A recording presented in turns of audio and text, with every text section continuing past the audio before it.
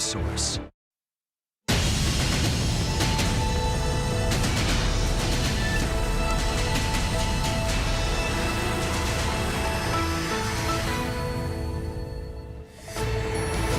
That is the scene in Winston-Salem, North Carolina, where an overnight fire at a fertilizer plant forced thousands to evacuate, including at Wake Forest University, and kept a community on edge that an explosion could ignite at any moment. The breaking news tonight in the fight against COVID-19. Pfizer says its child vaccine will protect children as young as 6 months until the age of 5. But parents have questions. What do they need to know about vaccinating their youngest children as Omicron cases continue to decline from coast to coast? The greatest of all time, 7-time Super Bowl champ Tom Brady officially announces his retirement. We talked to one of his former teammates about the legacy of TB12 and what could be next. Plus, the late headline, a class action lawsuit against the NFL.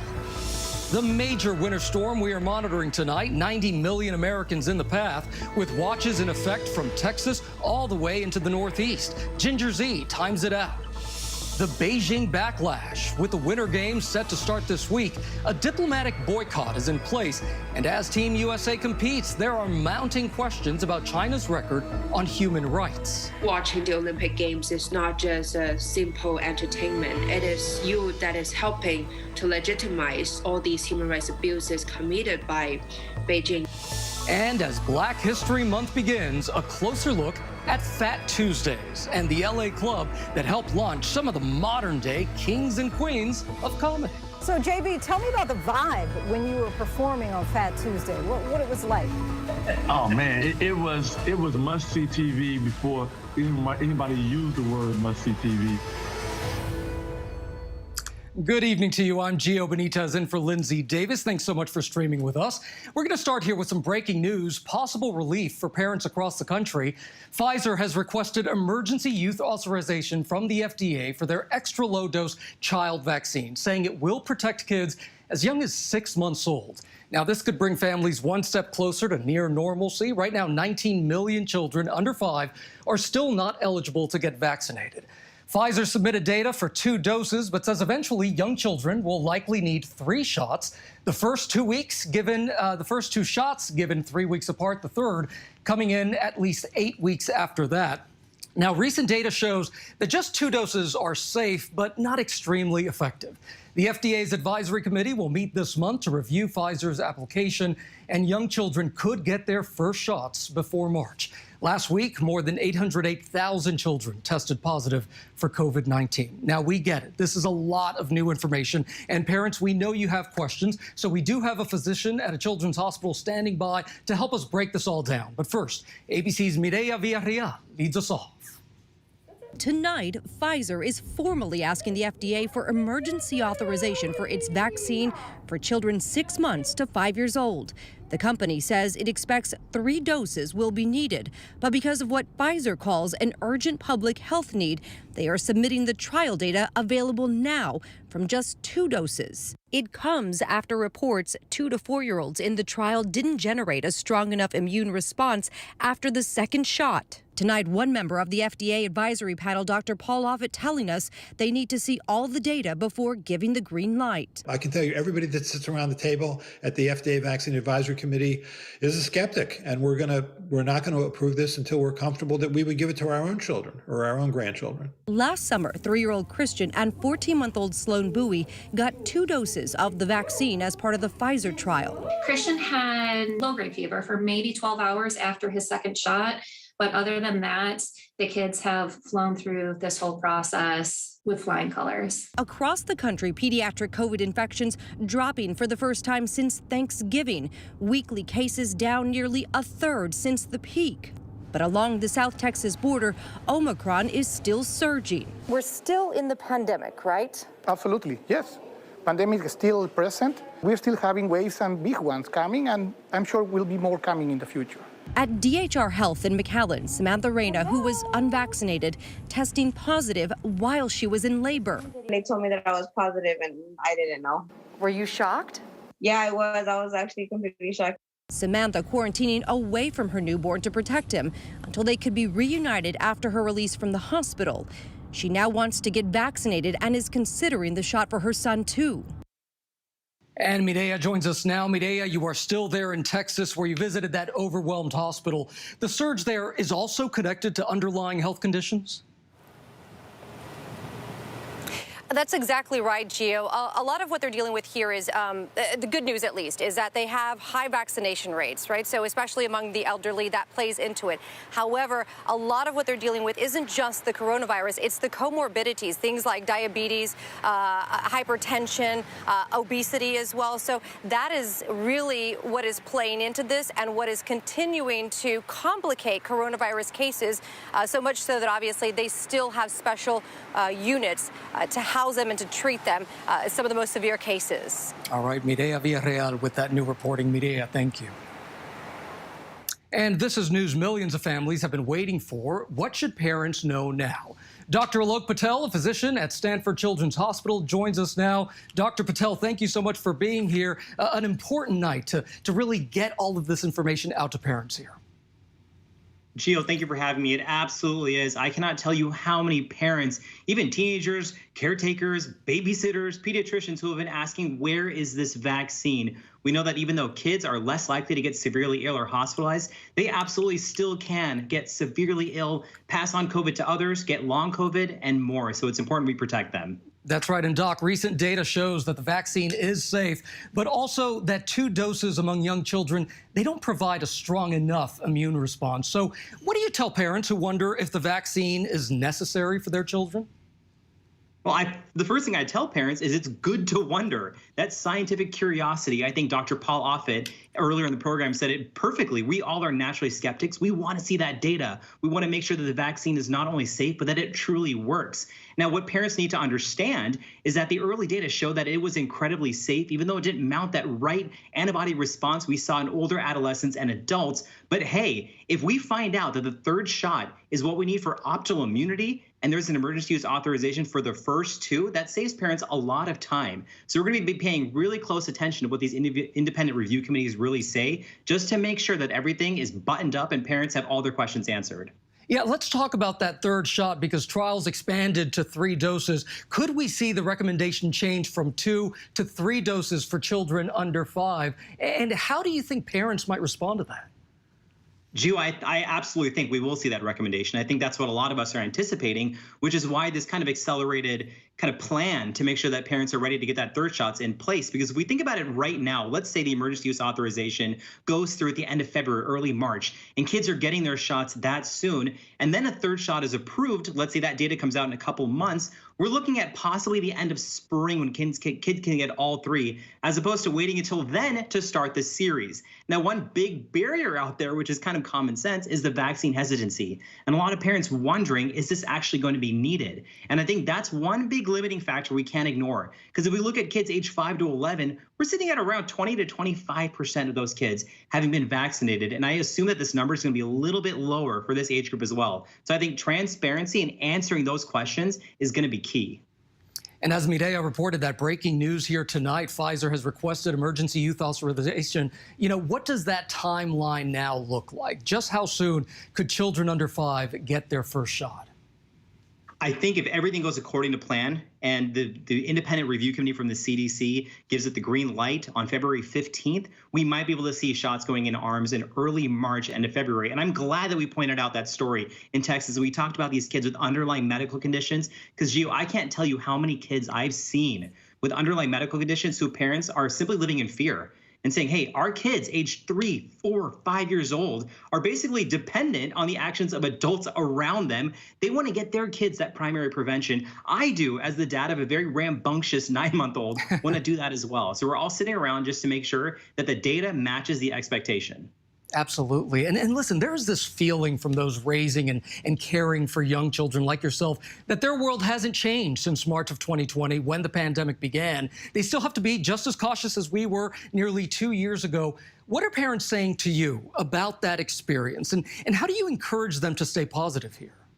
Oh, encouraging them to stay positive. It just requires a lot of active listening and saying that we get it. If you think about it, Gio, we have the protection. We're eligible for the vaccine. Hopefully most people around us have gotten all 3 of their shots, but parents out there are living in limbo with their kids going to daycare, going to school. They may not all be vaccinated. And if somebody comes in there, you don't know the vaccination status of every adult or child around them. And we know that it's not a reasonable recommendation to say that 2- and 3-year-olds are going to wear masks and not touch each other and lick things. That's what they do. They are prone to getting respiratory viruses. So parents have been actively waiting for this moment, which is why a lot of parents out there are saying, finally, it's happening, because they feel like these kids under the age of 5 haven't been prioritized.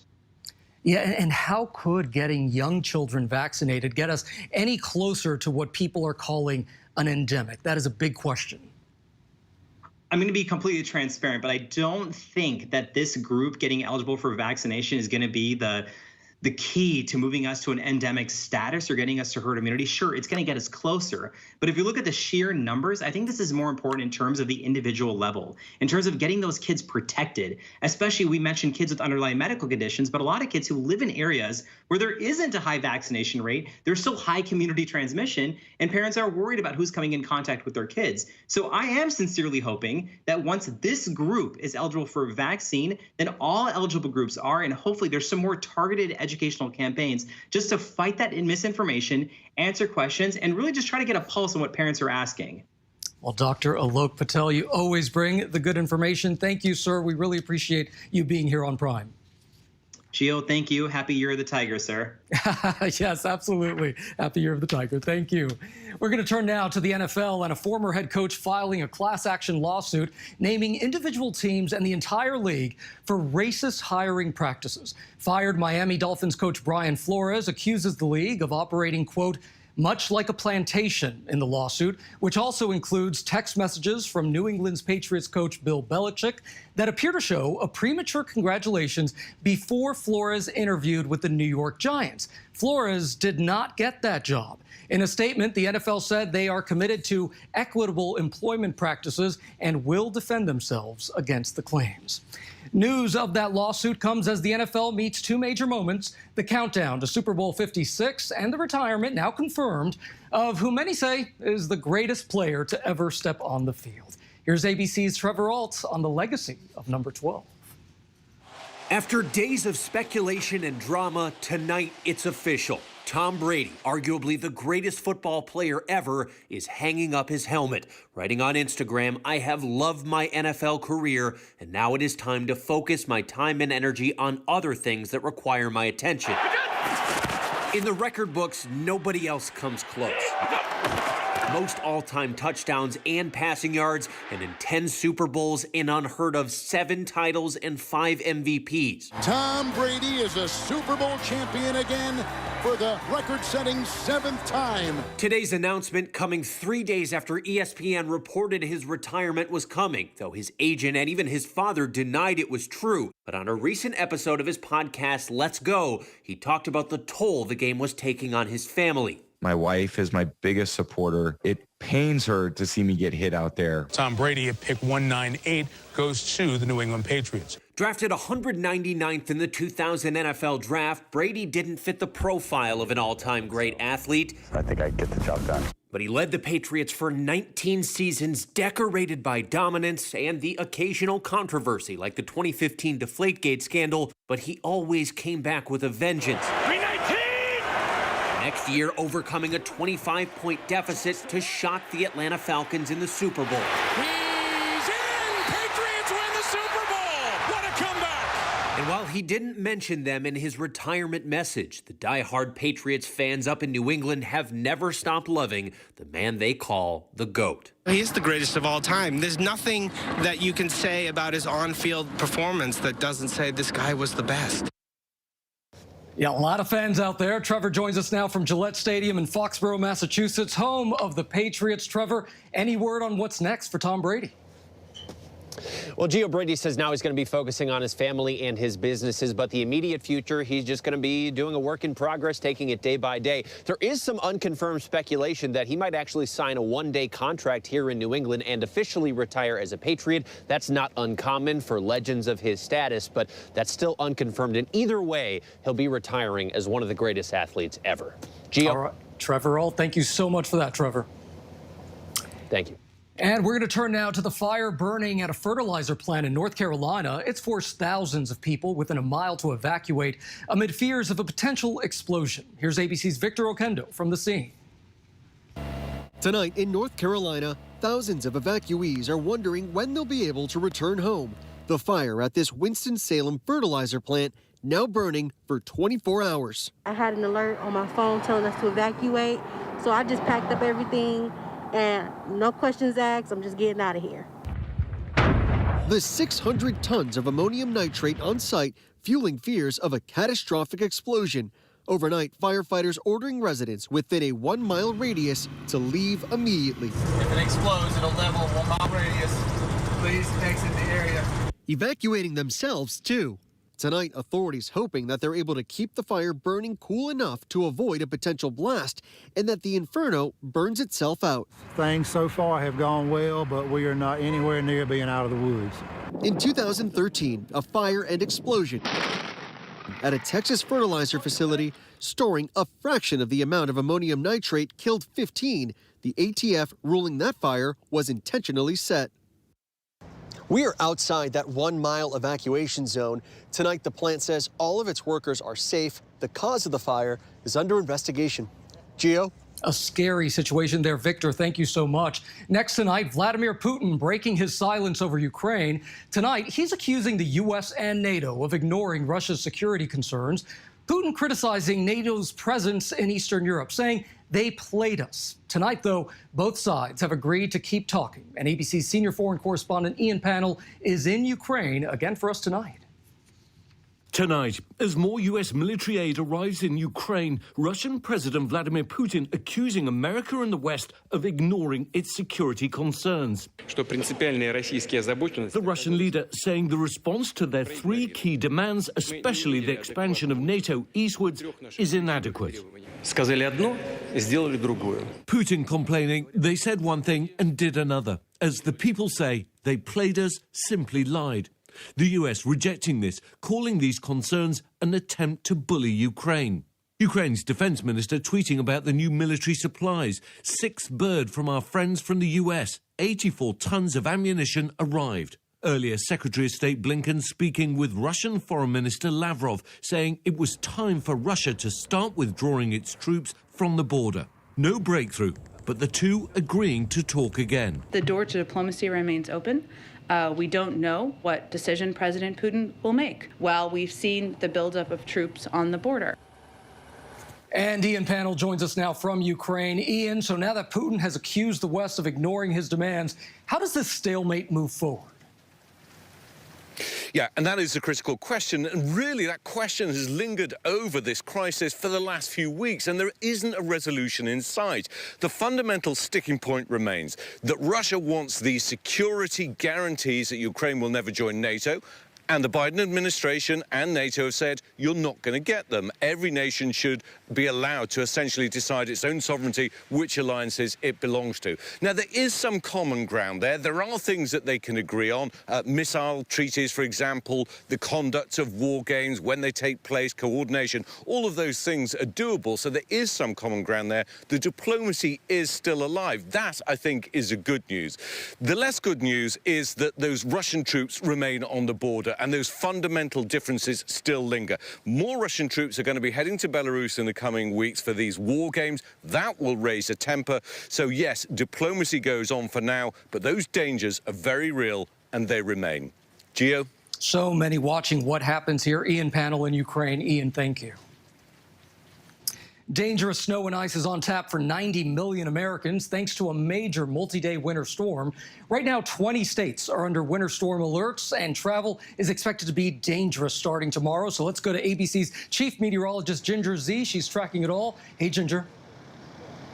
Gio, it is so great to hear your voice, especially as we prepare for this serious storm. Here in St. Louis and in the state of Missouri, a state of emergency because it is that big of a deal. A lot of these people are in snow deficits for the season. And so when you look at this map and you see winter storm warnings just smothering everyone from New Mexico and Colorado and Texas all the way through Oklahoma up to Cleveland, Ohio, and then you go, now wait a minute, what's that blue? That's a winter storm watch, just a function of time because we're going to see this moved into the Northeast by Thursday and Friday. So I'll get to that.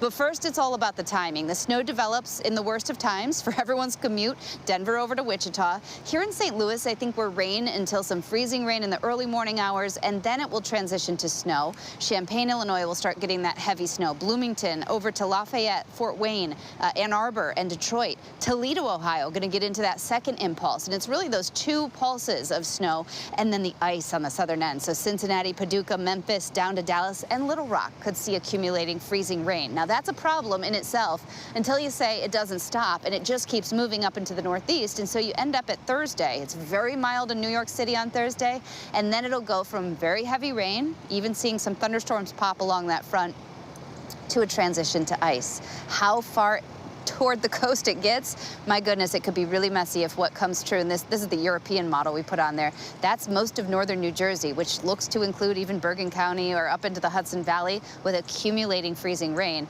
That bullseye, though, for heaviest snow of a foot to even a foot and a half, looks like it'll be anywhere from central Illinois right through Indiana, parts of Missouri, Michigan, and Ohio, Gio. I'll tell you what, the countdown to spring is very much on. Ginger, thank you so much. And tomorrow, that groundhog. Thank you. Absolutely. Thank you. And when we come back here, the dangerous landing caught on camera overseas tonight, what we're learning about what happened here. Also, the difficult position Olympians are being put in as China moves to squash any criticism ahead of the Beijing Olympics. And Whoopi Goldberg apologizing for comments she made, claiming the Holocaust was not about race. Hear her apology and the larger conversation that this is sparking tonight. You're watching ABC News Prime. Stay with us.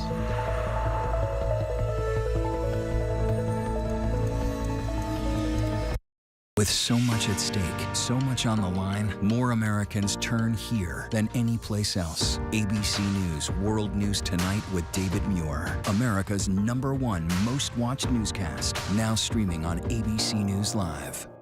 It was a scary time. In the 70s, you had multiple bodies showing up in Los Angeles. There were so many murders happening. You had to have a name for it, serial killer. There was a human head in there. This was premeditated evil. We have this clock. This person is going to do this again. It's me against the killer. Who's going to win? We'll see who laughs last. What came next was unlike anything they had ever seen. Admit it. These days, what you need to know seems to change just about every day. What is it that you really want to know, need to know? To help you not just get through your day, but to make the most of it. Feel smarter. Feel better. Feel happier. Well, how about a third hour of Good Morning America? GMA 3, what you need to know. Now streaming on ABC News Live. It's all about you. I risked my life. I put my family in danger. If I was caught, they would have put a bullet in my head. But it was the right thing to do. It was the only thing to do. Terror plot foiled in Garden City, Kansas. That would have been one of the most deadly acts of domestic terrorism ever in the United States. It would have been Oklahoma City. He put his family, himself, in jeopardy for us.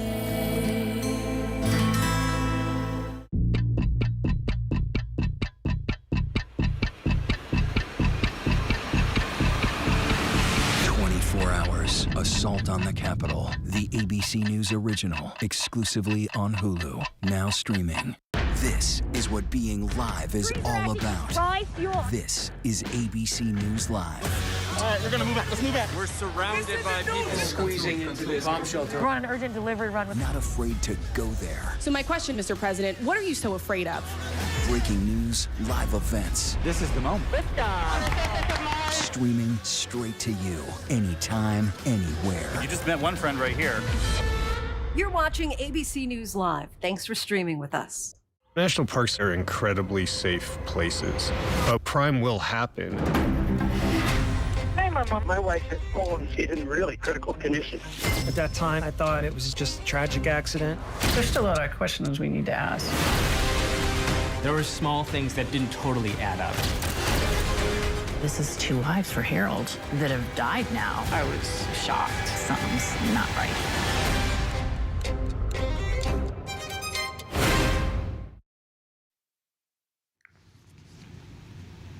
And welcome back to Prime. Take a look at this video. A fire rips through a home in Kendall County, Illinois, and it's captured on a responding officer's body camera. Officers tried to break through the front door, but could not make it in. Moments later, they heard 2 people shouting for help from a second-story window.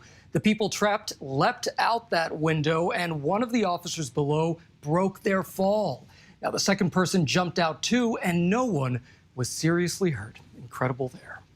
Now to the controversy here at ABC. Comedian and talk show host Whoopi Goldberg has apologized for what she said yesterday on The View, that the Holocaust was not about race. Her words sparking a firestorm. Here's ABC's Ariel Reshef.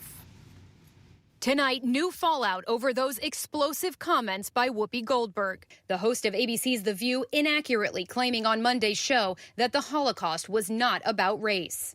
The Holocaust isn't about race. No.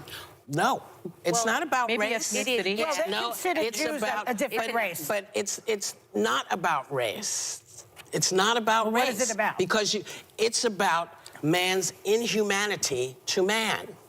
That's what it's about. The remarks sparking outrage. Goldberg tweeting an apology, and today opening the show with this. I said that the Holocaust wasn't about race. And it was instead about man's inhumanity to man. But it is indeed about race, because Hitler and the Nazis considered Jews to be an inferior race. Now, words matter, and mine are no exception. I regret my comments, as I said, and I stand corrected. I also stand with the Jewish people, as they know, and y'all know, because I've always done that. 6 million Jews were killed in the Holocaust, dehumanized and targeted by the Nazis for extermination based on an anti-Semitic ideology that they were an inferior race. That might not fit exactly or feel different than the way we think about race in 21st century America, where primarily it's about people of color. But throughout the Jewish people's history, they have been marginalized, they have been persecuted, they have been slaughtered, in large part because many people felt they were not just a different religion, but indeed a different race. So far, no comment from ABC News. And Ariel Reshef joins us now. Ariel, the director of the ADL saying today that Jews feel besieged amid this surge of anti-Semitism. You've looked at the religious-based hate crimes targeting Jewish people. What do the statistics tell us? Yeah, right. You and I, Gio, have talked extensively about this. Jews make up just 2% of the U.S. population, but according to the FBI, 60% of religious-based hate crimes targeted Jews. And of course, Goldberg's comments are coming at a time that is particularly sensitive for Jews. You'll remember just weeks ago, a rabbi and his congregants taken hostage in their own synagogue in Texas. And of course, that debate raging in Tennessee about a Holocaust book, a Pulitzer Prize-winning Holocaust book that educates about this very topic. The ADL is warning, Gio, that anti-Semitism is a very real and very present danger. G. All right, Ariel Reshef with this incredibly important story. Ariel, thank you. And still ahead here on Prime, the shooting on a college campus, what we're learning tonight. Also, the tense moments on a ski lift after dozens of people got stuck and the rescue that followed. But first, our post of the day, and how could it be anything else? Tom Brady's announcement that he is retiring. We will look back at his history-making career by the numbers. That's all coming up. Stay with us here on Prime. It was an extraordinary story. A computer salesman was supposed to report to prison to begin a 17-year sentence. They let him turn himself into jail with no escort. No one thought he would run. How do you evade capture for 25 years? How do you do that? Now, join the search, following the U.S. Marshals as they uncover new leads in a global manhunt. Can you help catch this fugitive? Have you seen this man? Have you seen this man? Have you seen this man? Listen and join the all-new Hunt wherever you get your podcasts. It was a scary time in the 70s. You had multiple bodies showing up in Los Angeles. There were so many murders happening. You had to have a name for it, serial killer. There was a human head in there. This was premeditated evil. You have this clock. This person is going to do this again. It's me against the killer. Who's going to win? We'll see who laughs last. What came next was unlike anything they had ever seen. World News Now. And America This Morning. The best new videos. Breaking news overnight. Your money and concerns about inflation. The pandemic is not over. The stories people are talking about. You don't want to shave your legs? Don't. I was going to say. And what to expect in the day ahead. From the top of the world, baby! ABC World News Now and America This Morning. Weekday morning starting at 2 a.m. Eastern. Up all night to keep you up to date. Right now, with so much at stake, Sunday mornings, this is the place. Taking on all the tough questions, straightforward reporting, no spin, no hype, no bull. Thank you for making ABC's This Week with George Stephanopoulos the #1 Sunday morning news show versus the competition. Welcome to This Week.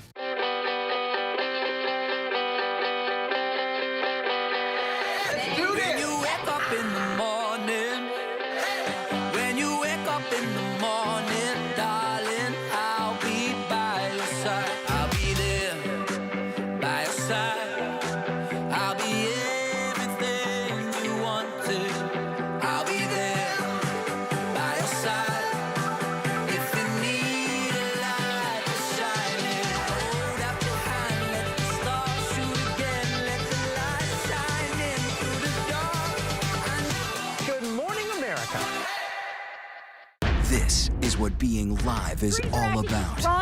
This is ABC News Live. All right, we're going to move back. Let's move back. We're surrounded by people squeezing into this bomb shelter. We're on an urgent delivery run. Not afraid to go there. So my question, Mr. President, what are you so afraid of? Breaking news, live events. This is the moment. Streaming straight to you, anytime, anywhere. You just met one friend right here. You're watching ABC News Live. Thanks for streaming with us. And welcome back to ABC News Prime. You heard it at the top of the show. Tom Brady has officially retired. After 3 back-and-forth days, the superstar quarterback confirmed his own retirement in a statement this morning, saying now is the time to focus his energy on, quote, other things. But before he hangs up his cleats, here's Tom Brady by the numbers. 7. That's how many Super Bowls Tom Brady won as an NFL quarterback, a record. 6 for the New England Patriots and that Tampa Bay capstone last year. 7 Super Bowls is why Tom Brady remains the GOAT in any football debate. 84,520. That's Tom Brady's regular season passing yardage throughout his career. That's a league record that some of his skeptics may want to remember. 92, that's how many different receivers spiked the football, courtesy of TB12, including the playoffs. You know some of the names, Gronkowski, Edelman, and Moss, to name a few. 199, that is where the former Michigan quarterback was taken by the Patriots in the 2000 draft with a combine physique that may not have instilled confidence in anyone other than Bill Belichick and Robert Kraft. And 22, that's how many seasons Tom Brady played in the NFL and is also the age of some of his Buccaneer teammates during his final season. Make no mistake, the Cincinnati Bengals and the Los Angeles Rams will meet in Super Bowl 56. But whether you love him or loathe him, number 12 Tom Brady will be a small part of this year's big game. And we still have a lot to get here on Prime. The important conversation a pair of comedians hope to spark this Black History Month with their new miniseries. Also, Domino's may have to pay you to pick up pizza. How you can get some dough. And happy Lunar New Year. It's the year of the tiger. A look at what this special time of year means to so many. But first, a look at our top trending stories on abcnews.com. Stick around.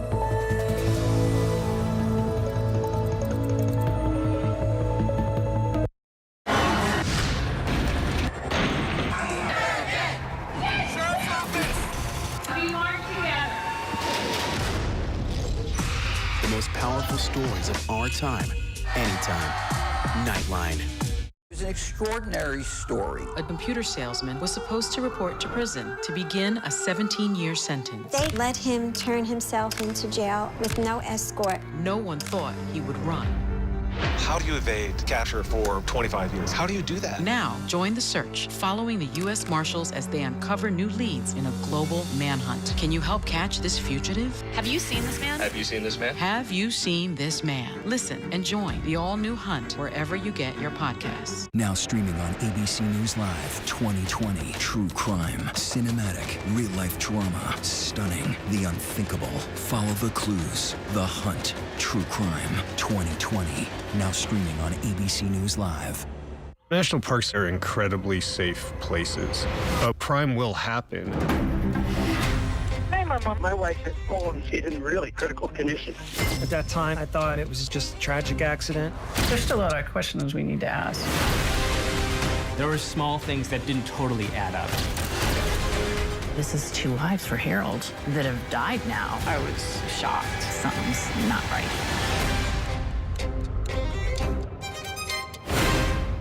Admit it.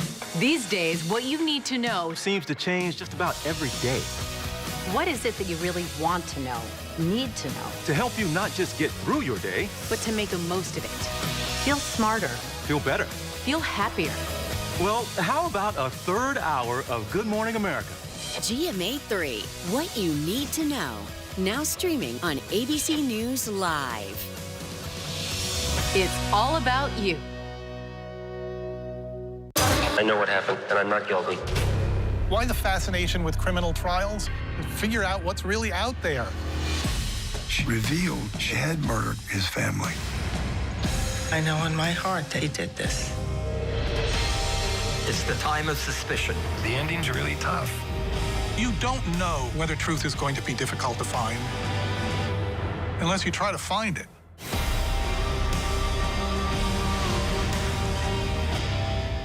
This is what being live is all about.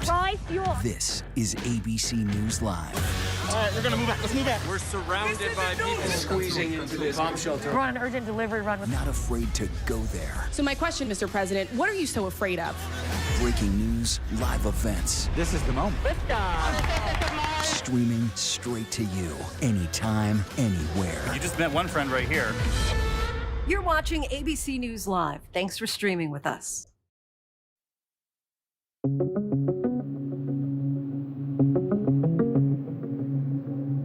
Just outside Minneapolis, authorities say one student is dead, another in critical condition after a shooting outside a school in Richfield. It happened outside the South Education Center, a special needs and alternative school. Police say the suspects fled. To us, there are students that come through our doors every day.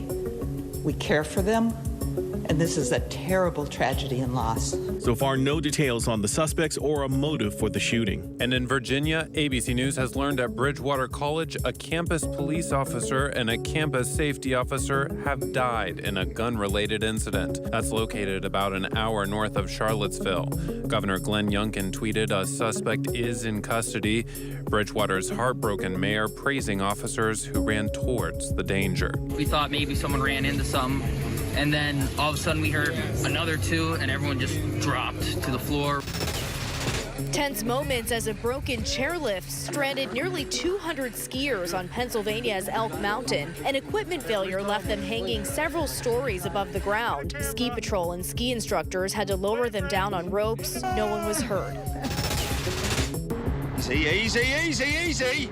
Oh my God! A British Airways passenger jet aborted its landing at Heathrow Airport. The plane trying to land in high winds, the jet suddenly tipping to one side. The tail section scraping the runway before the pilot pulls up, the plane landing safely on the second attempt. Tesla is recalling nearly 54,000 vehicles because its full self-driving software lets vehicles roll through stop signs without coming to a complete halt. The company says it will disable the feature with an over-the-internet software update. Domino's is hoping to overcome staffing shortages by offering customers a little extra cheese. It takes skill to get that pizza from our store to your door. The pizza chain hoping more people will become their own delivery drivers, giving anyone who orders carryout a $3 store credit tip. The incentive comes ahead of Super Bowl Sunday, practically a national holiday for pizza eating. Americans this year are expected to consume almost as much as a 20% increase of pies just that day. And pizza companies say it's not just staffing shortages drying out the dough. Supply costs for meat, cheese, and grains are up long before they go into the oven. Flour prices, cheese prices, chicken wings are just insane. It's time to talk about Bruno. We don't talk about Bruno, no. The song from the Disney Plus hit Encanto is celebrating a major milestone. We Don't Talk About Bruno is now the #1 song in America. It's only the second song from a Disney animated movie to ever hit #1 on the Billboard Hot 100. The first was Aladdin's A Whole New World 29 years ago. The Lin-Manuel Miranda hit knocking Adele from the top spot.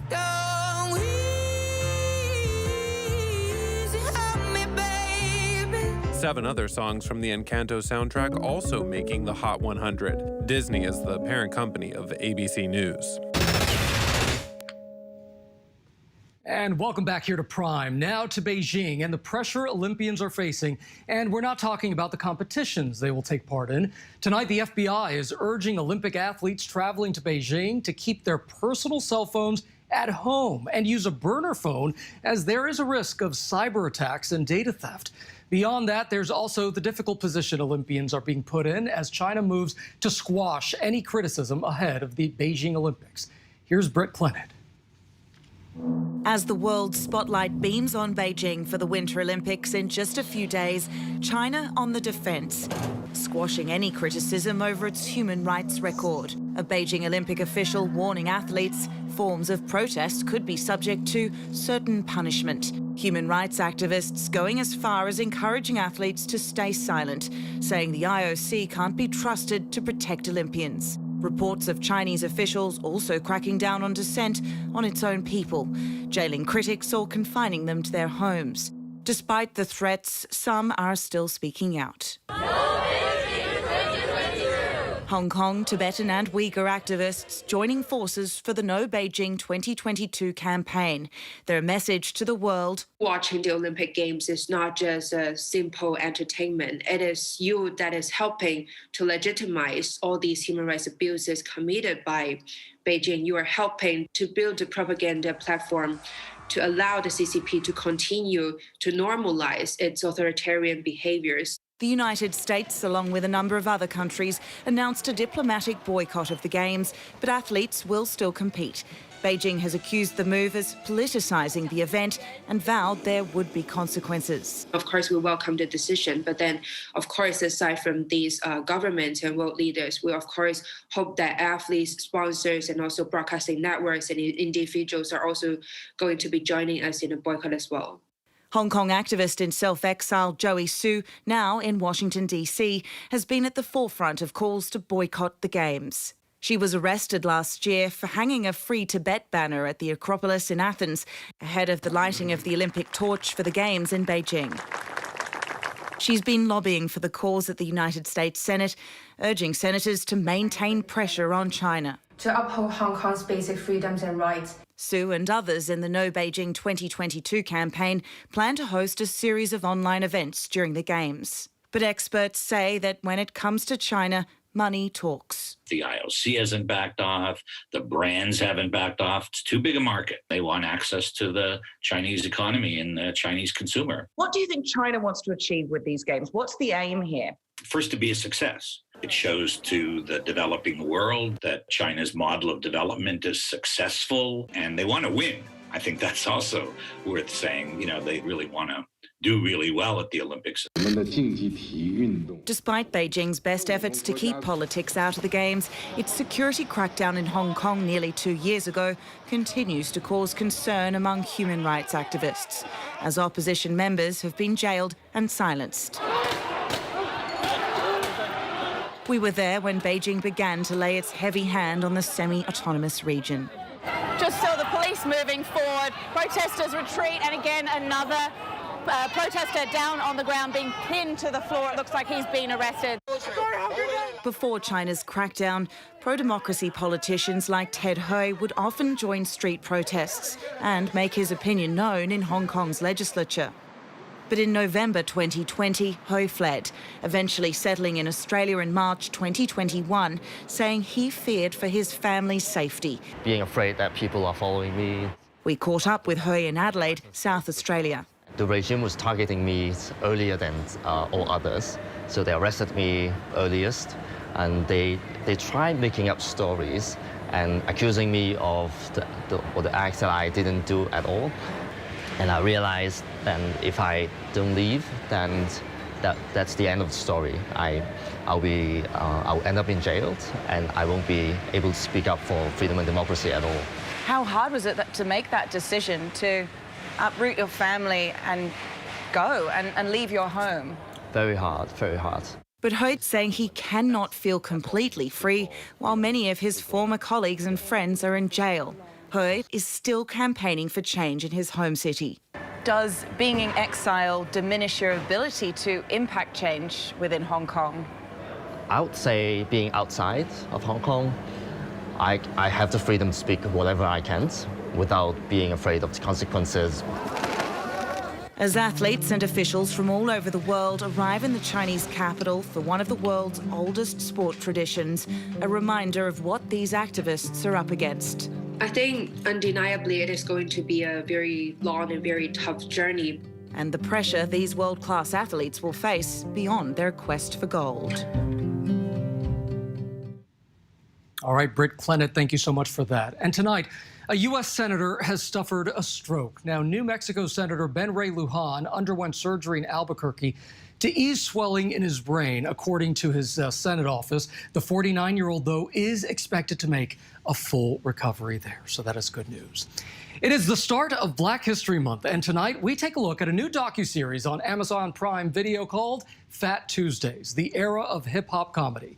It celebrates Fat Tuesdays at LA's famed Comedy Store, the wildly popular all-black comedy night that helped launch the careers of comedians and personalities like Anthony Anderson, Nick Cannon, Dave Chappelle, Snoop Dogg, Tiffany Haddish, Steve Harvey, J.B. Smoove, and so many more. The series explains that this night and this space were created when black comedians were shut out of other comedy clubs. Here's a sneak peek. This is how we do it. It's 1995. Comics back then were predominantly white, and I said, man, there's so many funny people doing comedy in the hood, but there was no one there to see them. And I was like, okay. Guy was like, Hollywood don't want to come to the hood, so let's take the hood to Hollywood. And our Lindsay Davis had a chance to speak to Guy Torry, the executive producer and creator of Fat Tuesdays, and actor and comedian J.B. Smoove. Take a look. Guy Torry, J.B. Smoove. Thank you guys so much for talking with me today. So, Guy, let's talk with you. Where did you come up with the idea for creating Fat Tuesday? Why did you feel like it was necessary? You know what? A comedian by the name of Michael Blackston, we were on a flight one day, and it was after I had done Fat Tuesdays. I was done with it, and he was telling me how he missed it and how the younger comedians need to know about comedy night, and that's where the seed was really planted. Then I started talking to comedians, and they were telling me how important it was to them, which I didn't know was that important to them, but they start telling their stories, but not even just comedians though, but there were actors and writers and directors and producers who would come to Fat Tuesdays and scout talent there as well. And I was like, wow, it's actually bigger than what I ever thought it could be. So, JB, tell me about the vibe when you were performing on Fat Tuesday, what it was like. Oh man, it was must-see TV before anybody used the word must-see TV. This was the hottest comedy night in LA. Everybody was there.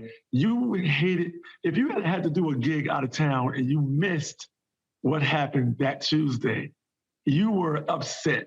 This was the place you wanted to be at. This is the place where this is like what comedians thrive on, is captive audience, an amazing host, all the ingredients you need to go up there and do what you love to do and be seen by the right people. We started meeting comedians from all over the country that we didn't even know existed.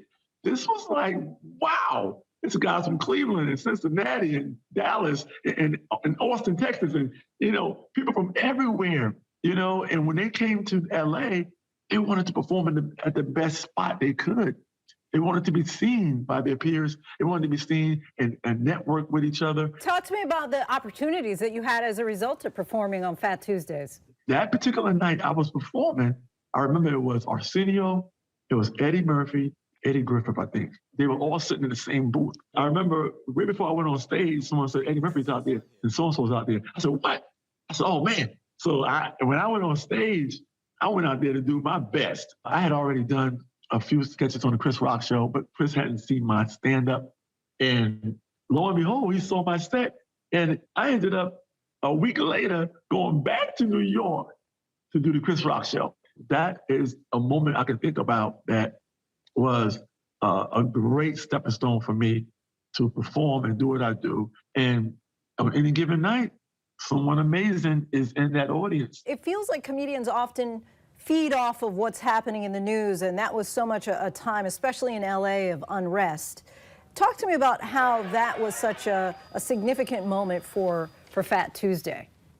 Well, I mean, you know, comedians, especially black comedians, always talk about the times that's going on.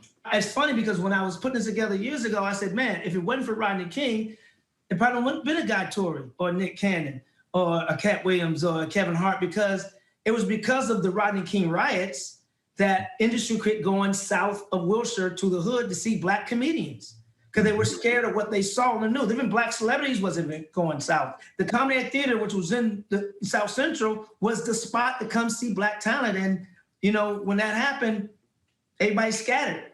And so it was important for the Comedy Store to have this night where people can come and feel safe and hear a brand of comedy that they weren't seeing anywhere, or just continue what the Comedy Act Theater has started just in Hollywood. Do you feel there's a part in the documentary talking about how tough the crowd was?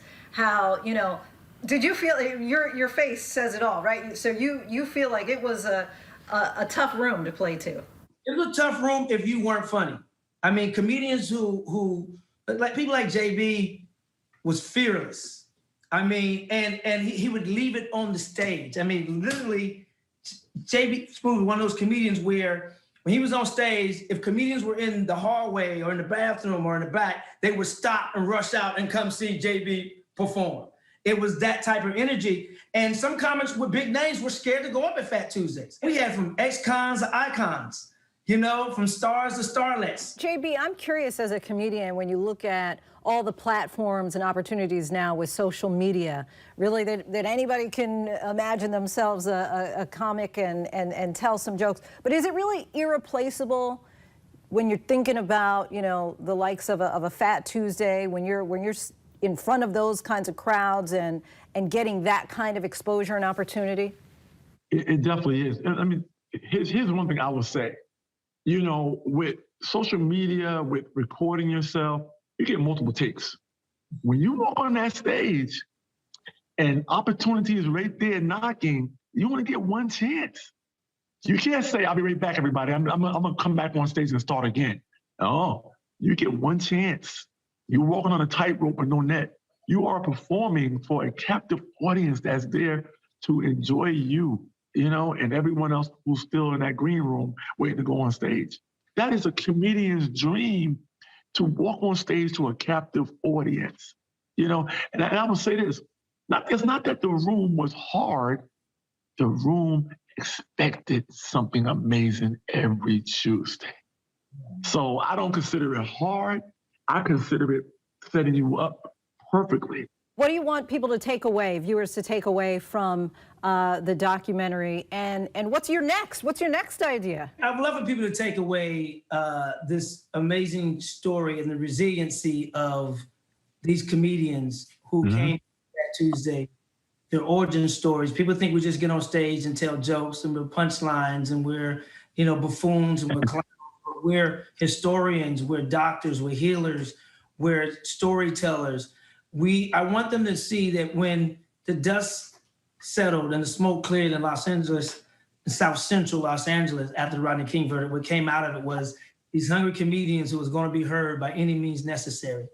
And we were going to tell our story, and we were going to get seen, and we were going to do it to the best of our ability and leave no stones unturned. And that we all have a gift, and you take that gift and you use it to help others, and not for selfish reasons.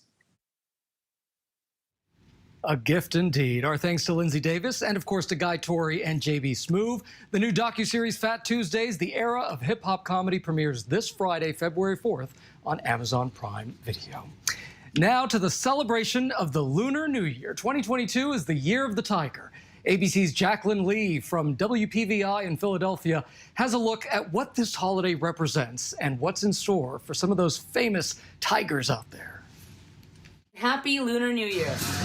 The Lunar New Year's festivities are upon us, ushering in the Year of the Tiger. This will be a year of risk-taking and adventure. So what is Lunar New Year? Often called Chinese New Year, it's a holiday celebrated across many Asian cultures, featuring decorations meant to bring luck and happiness in the year ahead. We need more red lanterns for good fortune and joy. It follows the lunar calendar, which begins on the second new moon following the winter solstice. Each year is assigned one of 12 animals from the Chinese zodiac. Those born in the year of the tiger are considered brave, competitive, and confident. Marilyn Monroe is a tiger. Lady Gaga is a tiger. Amanda Gorman is a tiger. And even the Queen was born the year of the tiger. For those of us celebrating around the world, it's all about the traditions. My family always celebrates Lunar New Year by going to the Buddhist temple at midnight, praying and manifesting prosperity, love, health, and success. And of course, no New Year is complete without some delicious dining. My favorite things that my family serves is a steamed prosperity cupcake that my grandma makes every year. Wow! The taller it blooms and blossoms, the more good luck you'll have in the new year. And dancing. What it symbolizes is really chasing away the evil spirits. So it's a way to bring prosperity and good luck into the upcoming year. Oh, Jacqueline, thank you so much for that. Those Lunar New Year celebrations, they are happening all around the world now. And one particular moment of joy is our image of the day right now. Take a look at this. This is a celebration for the Year of the Tiger in Indonesia, where people were sprayed with foam at an amusement park during the festivities. A lot of people having some fun right there. And that is our show for this hour. But stay tuned to ABC News Live. We've got a lot more context and analysis of the day's top stories coming right up. Thank you so much for streaming with us. Keep it right here.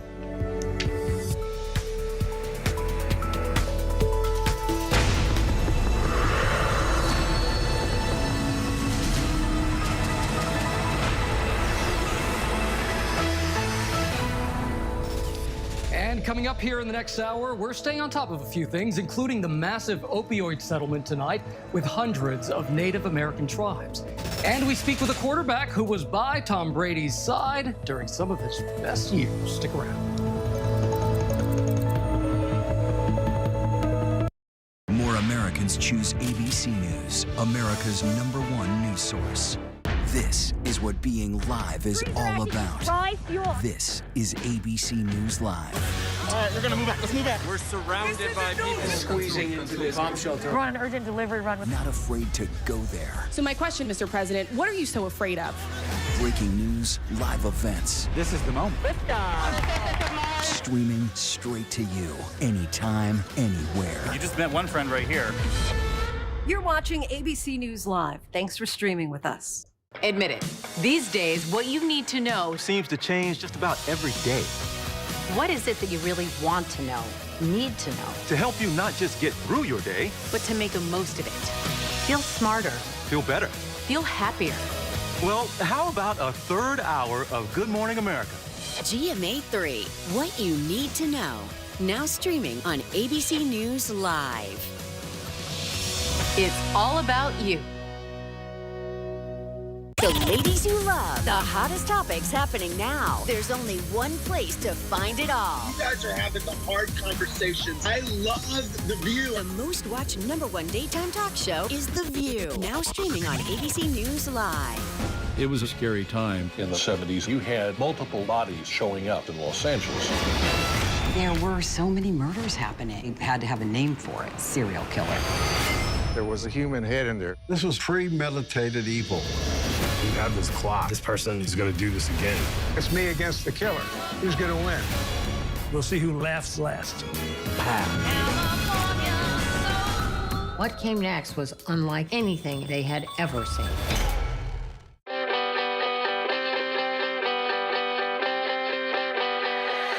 When you wake up in the morning, when you wake up in the morning, darling, I'll be by your side. I'll be there by your side. I'll be everything you wanted. I'll be there by your side. If you need a light to shine in, hold up your hand, let the stars shoot again, let the light shine in through the dark. Good morning, America. ABC News honored winner of 9 Edward R. Murrow Awards, more than any other network, including winning for the 3rd straight year the award for overall excellence in television. ABC News is America's #1 news source. With so much at stake, more Americans turn here than any other newscast. ABC News World News Tonight with David Muir, America's #1 newscast and the #1 program on television. I'm Gio Benitez. Thanks for streaming with us. We are monitoring several developments here at ABC News at this hour. Build Back Better is dead, at least according to West Virginia Democratic Senator Joe Manchin, a key lawmaker who today used his strongest language to date about the $2 trillion package that included environmental and social spending and had been a key plank in President Biden's domestic agenda. The major lawsuit late today against the NFL fired Miami Dolphins coach Brian Flores, claiming that racist hiring practices have left the league segregated and that it's managed, quote, like a plantation. Flores said in his statement that the need for change is bigger than any personal goals.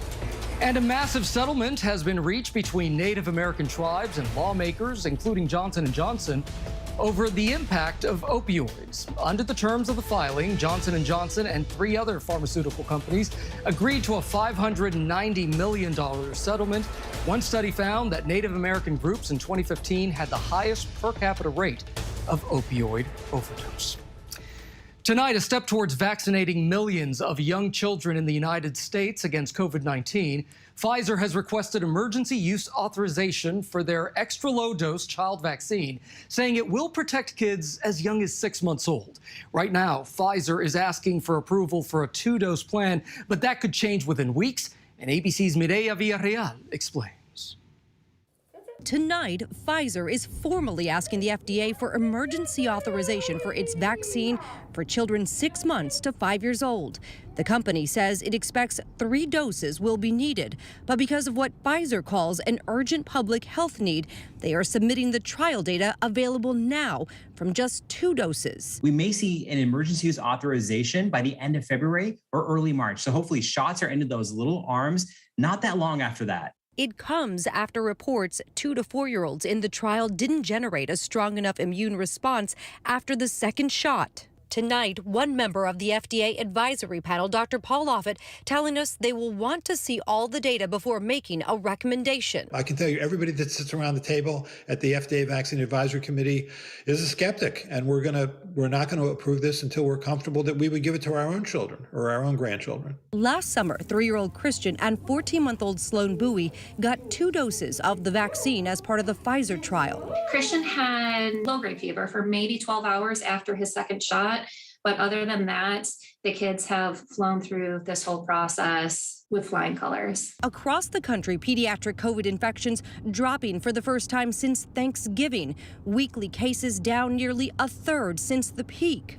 But along the South Texas border, Omicron is still surging. We're still in the pandemic, right? Absolutely, yes. Pandemic is still present. We're still having waves and big ones coming, and I'm sure will be more coming in the future. At DHR Health in McAllen, Samantha Reyna, who was unvaccinated, testing positive while she was in labor. They told me that I was positive and I didn't know. Were you shocked? Yeah, I was. I was actually completely shocked. Samantha quarantining away from her newborn to protect him until they could be reunited after her release from the hospital. She now wants to get vaccinated and is considering the shot for her son, too. All right, Mireya Villarreal, thank you so much, Mireya. Now to the investigation into the January 6th riot and reports that former President Trump was more directly involved in the attempt to seize voting machines than was previously known. There are quite a few twists and turns in this story, so let's turn it over to ABC's chief Washington correspondent, Jonathan Karl, for the latest.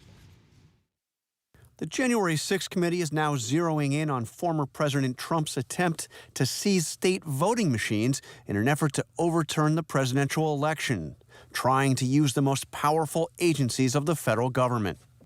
Trump first went to the Justice Department, but then Attorney General Bill Barr refused, according to sources familiar with Trump's demand. Next, he turned to the Department of Homeland Security. ABC News has confirmed a New York Times report that Trump instructed Rudy Giuliani to talk to a top DHS official about it. And as I first reported in my book, Betrayal, top Trump aide Johnny McEntee personally called the acting Secretary of Homeland Security, Chad Wolf. The president is upset, McEntee told Wolf. He doesn't understand why you haven't gotten control of the voting machines. Wolf told him he did not have the authority to take machines owned by the states. Trump also considered an executive order allowing the Pentagon to use military forces to seize voting machines, an idea pushed by his former national security advisor, Michael Flynn, who at the time was publicly calling for martial law. He could take military capabilities and he could place them in those states and basically rerun an election in each of those states. As the investigation continues, the committee is literally piecing together documents from the Trump White House. Some of them have arrived in pieces. The National Archives explaining in a statement the documents were, quote, torn up by former President Trump. Tearing up papers is a long-standing Trump habit. Of course, destroying presidential records is a crime, and the committee is now attempting to put the documents back together. And Jonathan joins us now. John, you've reported about that heated phone call. Former President Trump pressuring Vice President Mike Pence to overturn the election on January 6th. Now, what is the former president calling for? Gio, I got to tell you, this one's a real head-scratcher. Trump put out a written statement today saying that the January 6th committee should investigate Mike Pence because Pence didn't go along with Trump's demands to reject those Biden electoral votes from states that Biden won, sending them back to those states to be reconsidered. Of course, Gio, as you well know, as we all well know, Pence had absolutely no constitutional authority whatsoever to do that. All right, absolutely. John Karl, thank you so much for that. Thank you, Gio. And we're going to turn now to that major sports headline. Superstar NFL quarterback Tom Brady officially announcing his retirement from the NFL. He won 7 Super Bowls in total, setting a record that other NFL quarterbacks will now just be dreaming about. Here's ABC's Trevor Ault. After days of speculation and drama, tonight it's official. Tom Brady, arguably the greatest football player ever, is hanging up his helmet, writing on Instagram, "I have loved my NFL career, and now it is time to focus my time and energy on other things that require my attention." In the record books, nobody else comes close. Most all-time touchdowns and passing yards, and in 10 Super Bowls, an unheard of 7 titles and 5 MVPs. Tom Brady is a Super Bowl champion again for the record-setting 7th time. Today's announcement coming 3 days after ESPN reported his retirement was coming, though his agent and even his father denied it was true. But on a recent episode of his podcast, Let's Go, he talked about the toll the game was taking on his family. My wife is my biggest supporter. It pains her to see me get hit out there. Tom Brady at pick 198 goes to the New England Patriots. Drafted 199th in the 2000 NFL Draft, Brady didn't fit the profile of an all-time great athlete. I think I get the job done. But he led the Patriots for 19 seasons, decorated by dominance and the occasional controversy, like the 2015 Deflategate scandal, but he always came back with a vengeance. Next year, overcoming a 25-point deficit to shock the Atlanta Falcons in the Super Bowl. He's in! Patriots win the Super Bowl! What a comeback! And while he didn't mention them in his retirement message, the diehard Patriots fans up in New England have never stopped loving the man they call the GOAT. He is the greatest of all time. There's nothing that you can say about his on-field performance that doesn't say this guy was the best. All right, Trevor Alt, thanks. And of course, everyone is telling their Tom Brady story today, including Matt Castle, who is a former NFL quarterback who played behind Tom Brady and is now an analyst for NBC Boston. Matt, thank you so much for joining us here. Absolutely. Happy to be here with you. Oh, thank you, my friend. Listen, you posted a thank you message to Tom Brady this afternoon. His historic career is now over. You were with him during his peak. What did you see from Tom Brady, the quarterback, that set him apart from other NFL athletes? You know, it's amazing because you can't pinpoint one thing, right? Not just his leadership, his ability to relate to his players, to get the most out of the guys that are around him, but it was just how he approached it, his professionalism. He always was so meticulous about the details and what he did. It was in the weight room, it was in the classroom, making sure that everybody was working together, and then out on the practice field, taking extra time to make sure people understood the route concepts, what we were trying to achieve, spending extra time after practice. And it's all of those things that encompass his success, right? And I'll say this, he's one of the toughest guys I've ever been around. He's a great motivator. He's a guy that speaks to not just be heard, but he speaks with a purpose. And everybody respected that about him and his approach to the game. And he's just a one of a kind, and he's a GOAT. He's the greatest that'll ever play the position. Nobody will ever be able to match what he's accomplished in his career. No doubt about it. 7 Super Bowls, all-time leading passer. Do you see his records ever being broken? I can't imagine that anybody gets close to what he's done. And also, it's the longevity factor, right? 22 years in this league. And a lot of the guys that you see at the end of their careers, whether it's, unfortunately Ben Roethlisberger or even Peyton Manning, it's because their bodies are failing and their skill sets diminish. But that wasn't the case with Tom Brady, right? He was the lead leader in passing this year and touchdowns this year. And so the one thing that's tough, I think, for all of us to swallow is the simple fact that when you watch a guy like that, you say he can still play, and you just expect that he's going to come back. But again, sooner or later, it was inevitable that it was going to be time for him to step away from the game. And I'm glad that he did it on his terms, going out the way that he did. Yeah, a lot of people are probably saying, are you sure? Are you sure, Tom, that you're ready to go? Listen, we've all seen Tom Brady, the player. We know the records he's broken. Talk to us a moment about Tom Brady, the person. Yeah, you know what? He's an incredible person. A lot of people see him up at the podium and a professional, really thoughtful answers. But the guys that know him in the locker room, he's one of the guys. He loves rap music. He loves to get involved and talking smack with one another. But at the same time, he's such a respectful person. He loves his family. He loves his friends. He knows everybody's name in that building, from every single trainer to the janitor. And I'll say this: look, I was a rookie quarterback. I'm coming in. It's my first preseason game. He knows I'm going to be nervous. And when that starts to take place, he saw it and he's like, hey, bud, why don't you come by my room and we'll go through the call sheet, the plays that we're going to call in some of the game, and go through some of those passes so that you feel more comfortable. And he didn't need to do that. This is a guy that just came off his 3rd Super Bowl championship. And I come into his room and he was nice enough to sit down, went through and detailed every single pass play, said, hey, think about getting to the back pretty quick on this. I know that they're going to be playing a lot of zone coverage, so don't overthink it. Get the ball to the back, stay ahead on down and distance. But that speaks to the person that he is. He cared about his teammates, and he went out of his way to make sure everybody felt comfortable. And I was so blessed to be with him, because I always felt like I wasn't one of those guys that it was a nuisance or bugging him. Instead, I was somebody that I just looked at as a buddy, and he was able to be there for me when I needed him the most. Yeah, it's that leadership that you were able to witness firsthand. So what is it about his leadership in the locker room that set Tom Brady apart?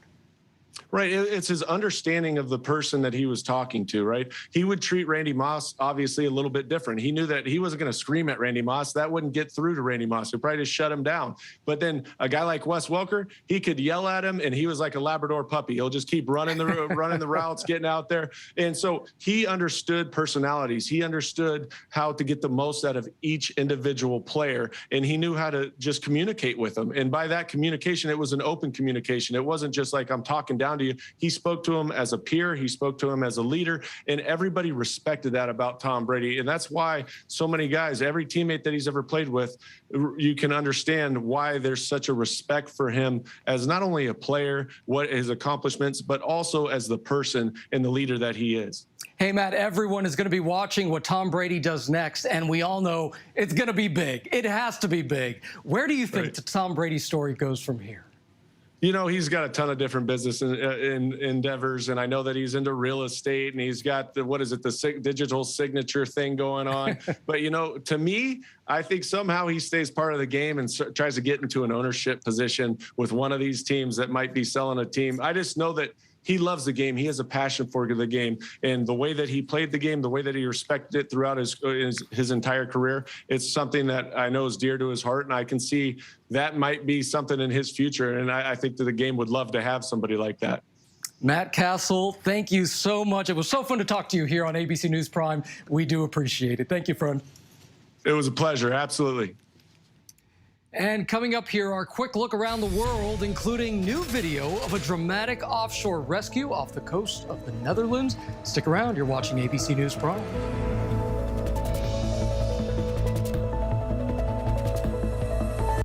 With so much at stake, so much on the line, more Americans turn here than any place else. ABC News World News Tonight with David Muir, America's #1 most watched newscast, now streaming on ABC News Live.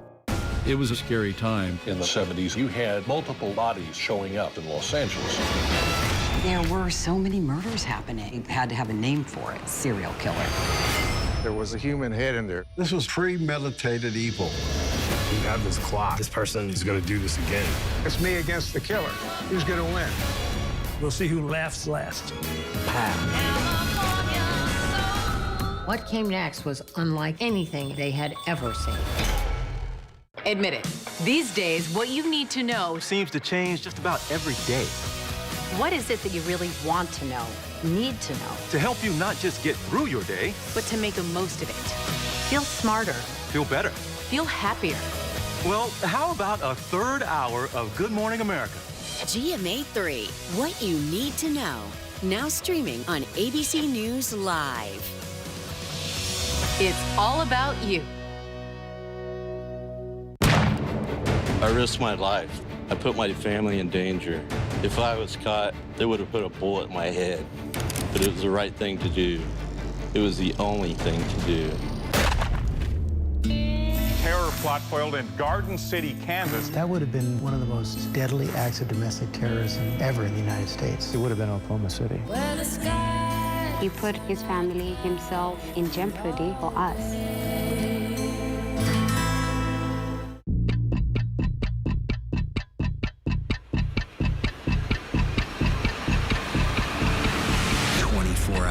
Assault on the Capitol, the ABC News original, exclusively on Hulu, now streaming. This is what being live is all about. This is ABC News Live. All right, we're gonna move back. Let's move back. We're surrounded by people squeezing into this bomb shelter. We're on an urgent delivery run. Not afraid to go there. So my question, Mr. President, what are you so afraid of? Breaking news, live events. This is the moment. Streaming straight to you, anytime, anywhere. You just met one friend right here. You're watching ABC News Live. Thanks for streaming with us. National parks are incredibly safe places, but crime will happen. Hey, my wife has fallen. She's in really critical condition. At that time, I thought it was just a tragic accident. There's still a lot of questions we need to ask. There were small things that didn't totally add up. This is 2 lives for Harold that have died now. I was shocked. Something's not right.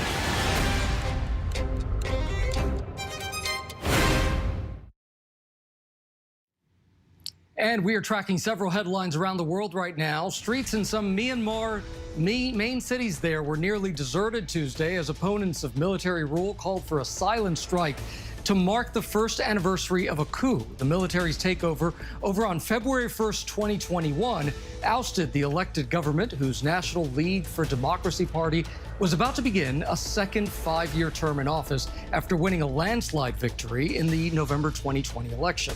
More than 1,500 people are known to have been killed in the year-long protests.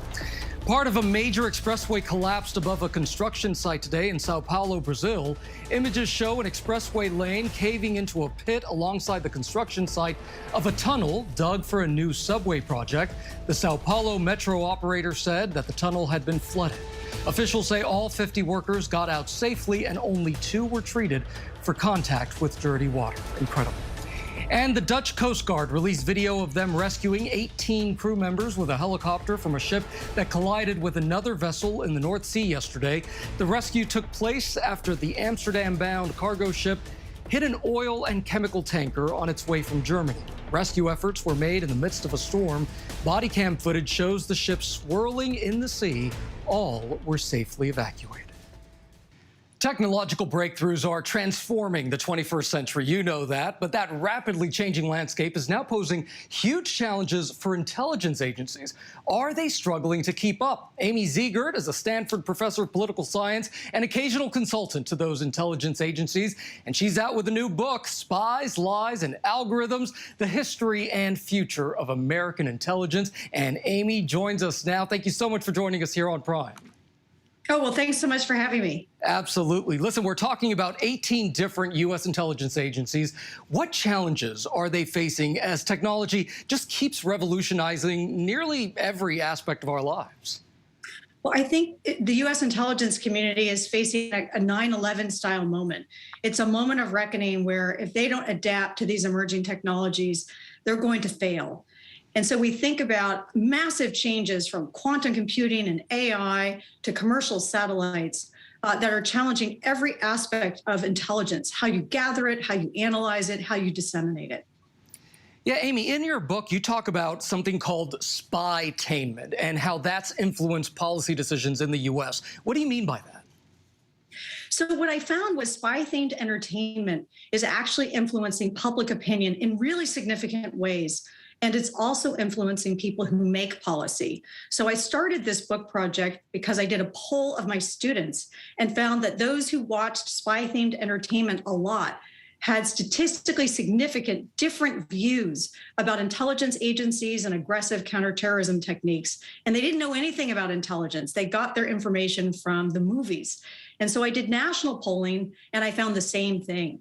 And so public opinion about intelligence is very much affected by myth and fiction rather than fact and reality. Yeah, no doubt about it. That's quite scary. Listen, the United States, of course, just one of many countries becoming more vulnerable to cyber attacks. And you talk about how enemy states and terrorist groups, they're not just hacking machines, but the minds of Americans too. And you say this, that artificial intelligence is creating deep fake videos, audio, and photographs so real that their inauthenticity may be impossible to detect. So what can we do to prevent this from happening, if anything? Yeah, we're facing a deception revolution. So deception's always been a part of espionage. It's always been a part of statecraft from the time of George Washington. But now our adversaries can deceive at scale, and they can use technology to do it. This is a whole new battleground. And we saw sort of the beginning of it in the 2016 presidential election with Russian election interference masquerading as Americans on Facebook. But now with technology, you can't tell when video is fake. You can't tell when audio is fake. And so this is a different battleground, and it's going to be hard to verify what's real from what isn't. And that's a bigger job for intelligence agencies. A huge challenge ahead. Listen, you're warning of 5 profound challenges that intelligence agencies are facing in light of artificial intelligence. Can you describe those? Yeah, I call them the 5 mores. So if we think about technology as a driver, technology is creating 5 mores for intelligence. The first is more threats that can threaten us across vast distances in cyberspace. We've never had that before. The second more is more speed. So threats are now moving at the speed of networks, not the speed of bureaucracy like they did in the Cold War. The third more data. We are drowning in data today. The amount of data on Earth is doubling about every 2 years. The fourth more customers, people like you and me who may not have security clearances, but we need intelligence to keep our country safe and to advance the national interest. Like voters need intelligence, tech leaders need intelligence. And the fifth more competitors. Now, spying isn't just for governments anymore. Anyone with a cell phone and an internet connection can collect and analyze intelligence and can do it sometimes better and faster than governments can. And I think that people hearing you may be saying, what do we do about this? So what is the solution here?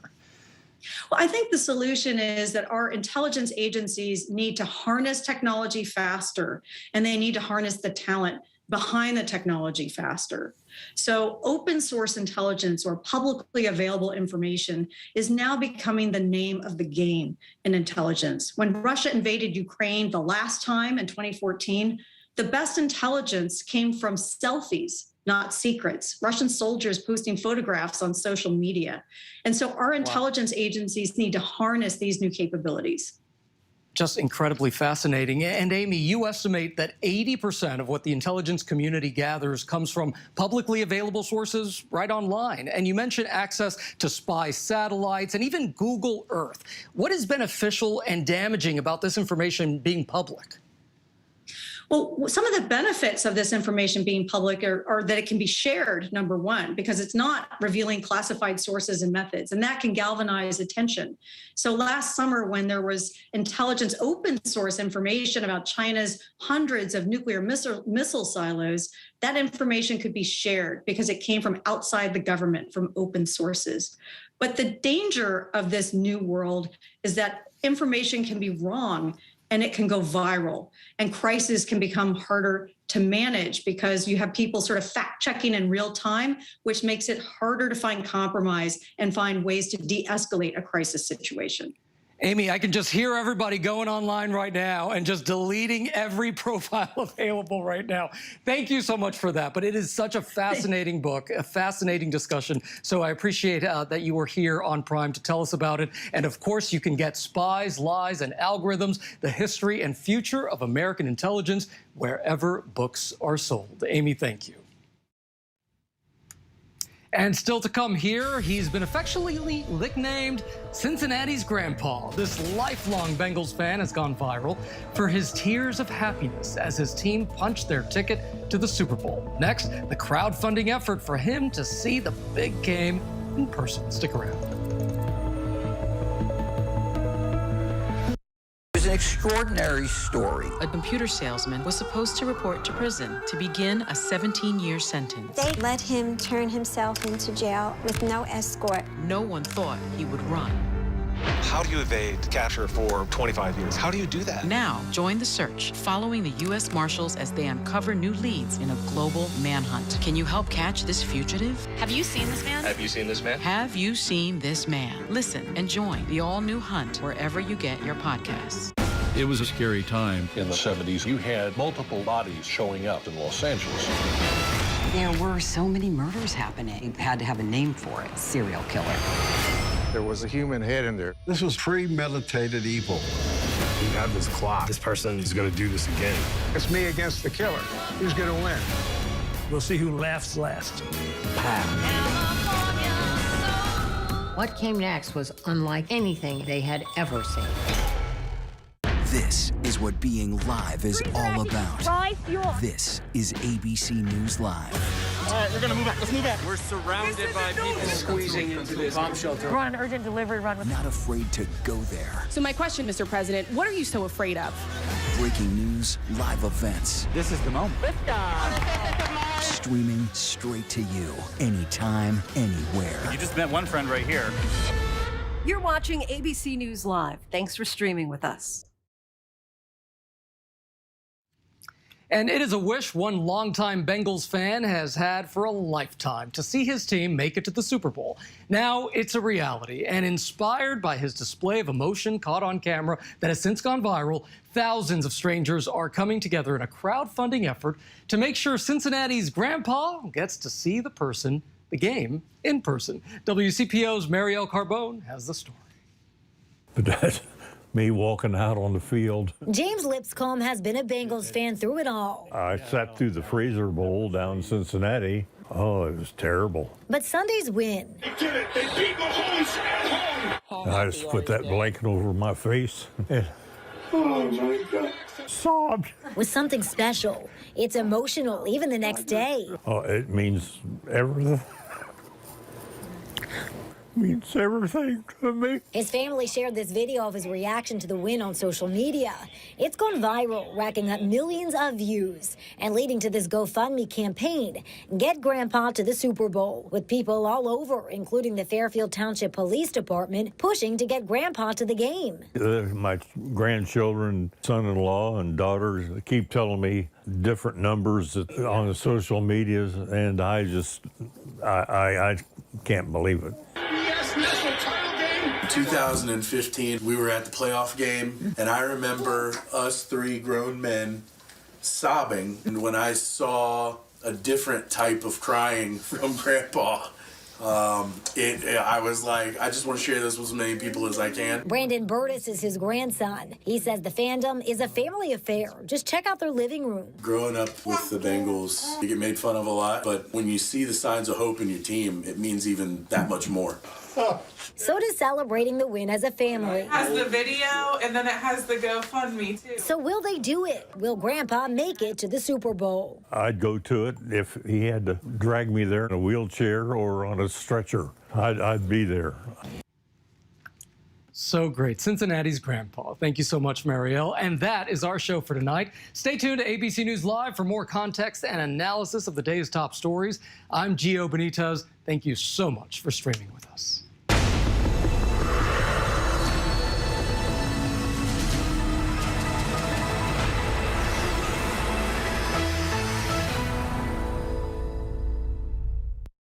This is what being live is all about.